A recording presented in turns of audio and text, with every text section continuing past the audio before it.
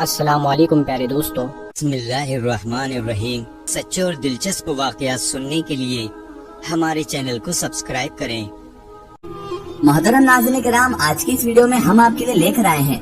اللہ کے جلیل القدر پیغمبر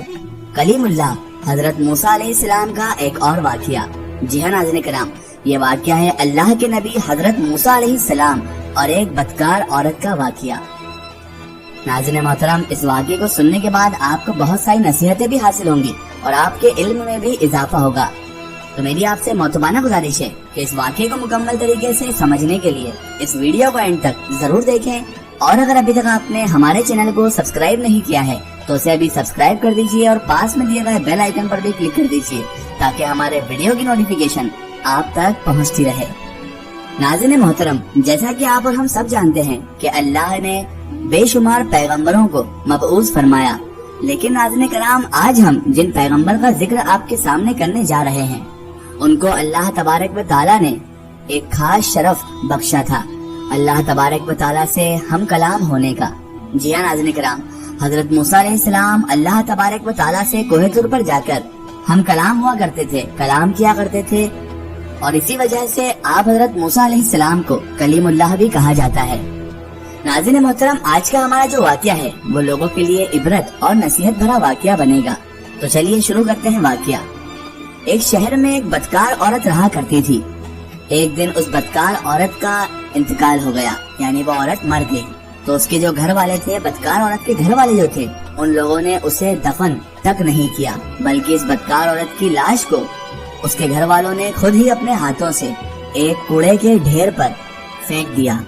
اور ادھر جب اللہ کے نبی حضرت موسیٰ علیہ السلام کوہ طور پر اللہ تبارک و تعالیٰ سے ہم کلام ہونے گئے تو اللہ تبارک و تعالیٰ نے اللہ کے نبی حضرت موسیٰ علیہ السلام سے ارشاد فرمایا، اے موسیٰ علیہ السلام، باقی کی باتیں بعد میں ہوں گی،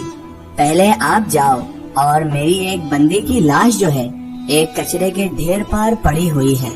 اسے غسل دلواؤ اور عزت کے ساتھ اس کی تدفین کرو، اسے دفناؤ۔ اللہ کے نبی حضرت موسیٰ علیہ السلام کوہ طور سے واپس آئے اور اس شہر میں داخل ہوئے۔ تلاش جاری رکھی، تلاش کرتے کرتے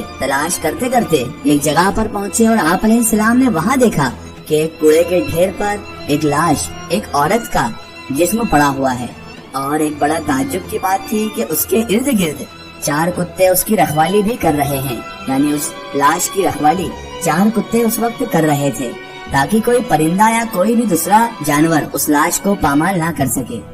اللہ کے نبی حضرت موسیٰ علیہ السلام نے لوگوں سے اس عورت کے گھر کا پتہ پوچھا اور لوگوں سے پتہ کیا کی، اور اس کے گھر پہ جا کر ان لوگوں سے کہا کہ لاش کو اٹھانے میں میری مدد کرو۔ تو اس عورت کے گھر والوں نے صاف انکار کر دیا اور اللہ کے نبی حضرت موسیٰ علیہ السلام سے کہا کہ ہم اس عورت کے، اس لاش کے قریب بھی ہرگز نہیں جائیں گے، کیونکہ یہ ایک بہت ہی بڑی بدکار عورت تھی جس نے اپنی ساری زندگی بدکاری میں اور گناہوں میں گزار دی۔ پورے شہر میں کوئی بھی لاش اٹھانے والا تک نہیں تھا، ہر کوئی اس لاش کو اٹھانے سے صاف طور پر انکار کر رہا تھا۔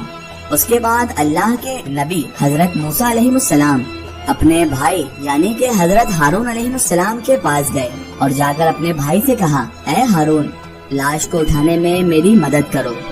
تو آپ حضرت ہارون علیہ السلام حضرت موسیٰ علیہ السلام کے ساتھ اس لاش کے پاس گئے۔ دونوں نبیوں نے، اللہ کے 2 برگزیدہ نبیوں نے اس کی لاش کو اٹھایا، اور پھر جب اس عورت کو غسل دینے کی باری آئی تو اس شہر کی کوئی بھی عورت، کوئی بھی خاتون اس عورت کو غسل دینے کے لیے بھی تیار نہیں تھی۔ یہ دیکھتے ہوئے اللہ کے نبی حضرت موسیٰ علیہ السلام نے اپنی جوزہ، اپنی بیوی اور اپنی بہن کو حکم دیا کہ تم لوگ اس عورت کو غسل دے دو۔ غسل کے بعد ہی حضرت موسیٰ علیہ السلام نے اپنے بھائی یعنی کہ حضرت ہارون علیہ السلام کی مدد سے اس عورت کو دفن کیا۔ آپ حضرت موسیٰ علیہ السلام اور ہارون علیہ السلام اسے دفنانے کے بعد جیسے ہی واپس آ رہے تھے تو اس شہر والے تمام لوگ آپ کے سامنے آ گئے، اور وہ سب مل کر آپ حضرت موسیٰ علیہ السلام سے کہنے لگے، اے موسیٰ علیہ السلام، آپ ہمیں اس بات کی وضاحت کریں، اس بات کی وضاحت دیں کہ ایک بدکار عورت کو آپ نے اتنی عزت کیوں بخشی، اتنی عزت کیوں دی، یا پھر وہ کلمہ جو آپ علیہ السلام نے ہمیں پڑھایا ہے